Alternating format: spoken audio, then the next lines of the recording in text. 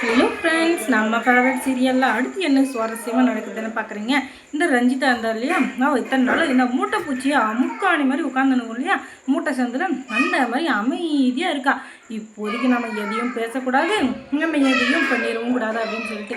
ஏன்னா இப்போதைக்கு இந்த காசு அப்படின்றது ரஞ்சிதாவுக்கு ராஜேஸ்வரி கிட்ட தானே வருது. அதனால் இப்போதைக்கு பொறுமையாக இருந்தாங்க. வேறு என்ன பண்ணுறது, ராஜேஸ்வரியை பகைச்சிக்கிட்டா அதுக்கப்புறம் எதுவும் நடக்காதுல்ல. அதுக்கப்புறம் இவள் சோத்துக்கு சிங்கி தான் அடிக்கணும். அதை மனசில் வச்சுக்கிட்டு இவளும் முடிஞ்ச அளவுக்கு பொறுமையாக தான் இருக்கான். ஆனாலும் அவள் பொறுமையாக வந்து சீன்றதே இந்த ராஜேஸ்வரிக்கு வேலையை போச்சு. ஏன்னா இப்போதைக்கு இந்த கதிரேசை வந்து கேஸில் ஏமாற்றிட்டாரு. அந்த தேவசேனாவை மிரட்டி வச்சுருக்கேன், அப்படி பண்ணியிருக்கேன் இப்படி பண்ணியிருக்கேன் அப்படின்னு சொல்லிட்டு கடைசியில் ஏமாற்றிட்டு இந்த கேஸில் வந்து விஜய் ஜெயிக்கிற மாதிரி ஆயிடுச்சு இல்லையா, அந்த விஜய் மல்லியும். அதனால் பயங்கர கோவத்தில் இருந்த இவங்க இருந்துக்கிட்டு அந்த கோவத்தை யார் மேலே காட்டுறது அப்படின்னு தெரியாமல் நம்ம ரஞ்சிதா மேலே சரைய மாதிரியாக தாக்கினுங்கிறாங்க. உன்னால தான் ஆனது, ஒழுங்கு மரியாதையே உன்னால் ஒரு சாட்சி கூட சொல்ல முடியாதா? நீ எல்லாம் வயிற்றுக்கு என்னதான் பண்ணுற? இத்தனை நாளாக என் வீட்டில் இருந்துக்கிட்டு ஒரு இது கூட உன்னால் செய்ய முடியலையா? என்ன பழிவாங்கிறதுக்கு தான் எல்லாருமே இருக்கிறீங்க. உங்களுக்கெல்லாம் செலவு பண்ணியே நான் கடங்காரி ஆயிடும்னு எனக்கு தெரியல. உனக்கெல்லாம் அறிவே இல்லை அப்படின்னு சொல்லிட்டு பயங்கரமாக திட்டிங்கிறாங்க.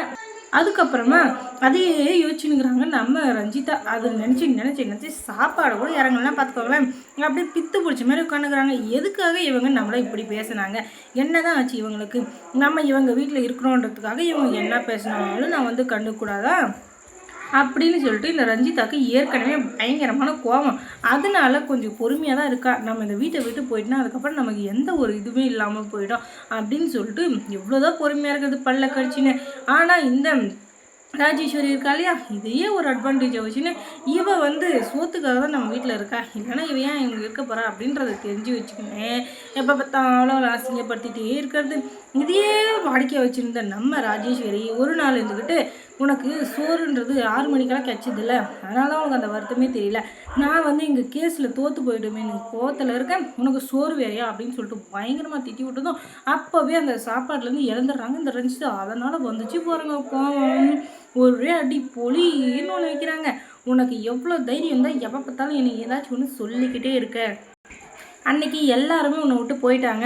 அப்போ நான் தான் உனக்கு ராஜிமா தான் முக்கியம் அப்படின்னு சொல்லிட்டு உனக்காக உன் கூட இங்கவே இருக்கணும் அப்படின்னு சொல்லிட்டு பிளான் பண்ணேன். அதனால் என் வாழ்க்கையில் எல்லாமே போச்சு. கல்யாணம் பண்ணிக்கல, யாரையும் உங்களுக்கு காதலிக்கலை, நல்ல ஒரு வாழ்க்கையும் அமையலை. இந்த வீட்டில் இருந்து நான் என்னத்தை சாதிச்சு சொல்லு? நல்லா 3 வேளை துணி போட்டுக்கிறேன், 4 வேளை சாப்பிட்றேன். அதை விட்டால் அந்த வீட்டில் வேறு என்ன சந்தோஷம் எனக்கு இருக்குது? எனக்கு பேசுறதுக்கு கூட ஆள் கிடையாது. ஒரு ஃபோனை கொஞ்ச நேரம் பார்த்துட்டு இருந்தால் கூட ரஞ்சிதா ஜூஸ் எடுத்துகிட்டு வா, ரஞ்சிதா எனக்கு தண்ணி எடுத்துகிட்டு வா, ரஞ்சிதா எனக்கு சாப்பாடு எடுத்துகிட்டு 100 வாட்டி வேலை வைக்கிறேன். நானும் ஏதோ அம்மா ஸ்தானத்தில் இருக்கேன், நானும் பொறுமையாக இதெல்லாம் செஞ்சுட்டு இருந்தா நீ ஒரு நாள் கூட என்னை பாராட்டுறதில்ல.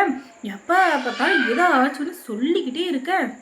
சரி, அதெல்லாம் நம்ம அம்மா இருந்தால் நம்மளை சொல்ல மாட்டாங்களா அப்படின்னு சொல்லிட்டு நான் பொறுமையாக இருந்தால் நீ என்ன சாப்பிட்றதுக்கெல்லாம் இப்போ திட்ட ஆரம்பிச்சிட்டேன். என்னை பார்த்தா உனக்கு எப்படி தெரியுது? உனக்காக அந்த வீட்டில் இருக்கேன்ல, அதனால் என்னை வந்து பார்த்தா உனக்கு இலக்காரமாக இருக்கா, அதனால தான் இப்படிலாம் பேசினியா அப்படின்னு சொல்லிட்டு பொலின்னு ஒன்று வைக்கிறாங்க. இப்போ பாரு, இப்போவே நான் சொல்கிறேன், இப்போ இந்த நிமிஷம் உனக்கு எதிராக நான் ஆதாரத்தை வந்து சொல்கிறதுக்கு கூட தயாராக இருக்கேன். உனக்கு எதிராக கண்டிப்பாக நான் சாட்சி சொல்ல பயப்படவே மாட்டேன். இனிமேலாம் உனக்காக நான் பயப்பட மாட்டேன். நான் எதுக்காக பயப்படணும்? உங்ககிட்ட இருந்து போயிட்டா என்ன என்னால் சாப்பிட முடியாதுன்னு நினைக்கிறியா? நாங்கள் கோயிலில் பிச்சை எடுத்து கூட பொழைச்சிக்குவோம். நான் என் அப்பா அம்மா கண்டிப்பாக ஒரு நல்ல வாழ்க்கையை வாழுவோம், நல்ல இடத்துல எனக்கு கல்யாணம் பண்ணி கொடுப்பாங்க. உன்ன மாதிரி பண வசதி இல்லைனாலும் ஏதோ அன்னையோட சம்பாதிக்கிற ஒருத்தனை பார்த்து கல்யாணம் பண்ணிக்கிட்டா கூட நான் சந்தோஷமாக இருப்பேன். அதை விட்டுட்டு உங்ககிட்ட வந்து உட்காந்து நான் ஏன் அசிங்கப்படணும் அப்படின்னு சொல்லிட்டு பயங்கரமாக திட்டி விட்டுறாங்க. என்னவே அடிச்சுட்டா உனக்கு எவ்வளோ தைரியம் நடிப்புன்னு மறுபடியும் கையை ஓங்கணும், கையை கட்டியாக பிடிச்சிடுறாங்க நம்ம ரஞ்சிதா. அடப்பாவி, இந்த பூனையும் பால் குடிக்குமா அப்படின்னு சொல்லிட்டு பார்த்தா அது பீரே அடிக்குதுங்க. அந்த மாதிரி புள்ள பூச்சி மாதிரியே இருந்தா இத்தினாலும் இந்த ரஞ்சிதா. மற்றவங்க கிட்டதா வீரப்பா காட்டியிருந்தா அப்படின்னு சொல்லிட்டு பார்த்தா இப்போ ராஜேஸ்வரியவே மிரட்டுறதுக்கு ஆரம்பிச்சிட்டேன்னா பார்த்துக்கோங்களேன். இதுக்கப்புறம் நீ வந்து என்னை ஏதாச்சும் மிரட்டணும், என்னாவது பண்ணணும்னு சொல்லிட்டு நினச்சேன்னு வச்சுக்கேன், அதுக்கப்புறம் அடுத்த நிமிஷமே உன்னை பற்றி போலீஸ் ஸ்டேஷனில் நான் கம்ப்ளைண்ட் கொடுத்துருவேன். நீ என்னென்ன பண்ண, என்னென்ன செஞ்சன்றது எல்லாமே எனக்கு தெரியும், எல்லா வீடியோ ஆதாரத்தோடு இருக்குது. இதுக்கு மேலே நீ ஏதாச்சும் என்ன பண்ணணும், ஏதாச்சும் சொல்லணும்னு நினச்சா இல்லை, நினைக்கிற எண்ணம் வந்துச்சுன்னா கூட கண்டிப்பாக நீ ஜெயிலுக்கு போயிடுவேன், பார்த்துக்கோ அப்படின்னு சொல்லிட்டு பயங்கரமாக மிரட்டி வச்சுருக்கேன் அந்த ரஞ்சிதா. உனக்கு இவ்வளோ தைரியமாம்மா? இத்தனை நாளாக எங்கம்மா போயிஞ்செல்லாம் அப்படின்னு சொல்லிட்டு கேட்கறதுக்கு நமக்கே ஆர்வமாக தான் இருக்குது. வேறு என்ன பண்ணுறது?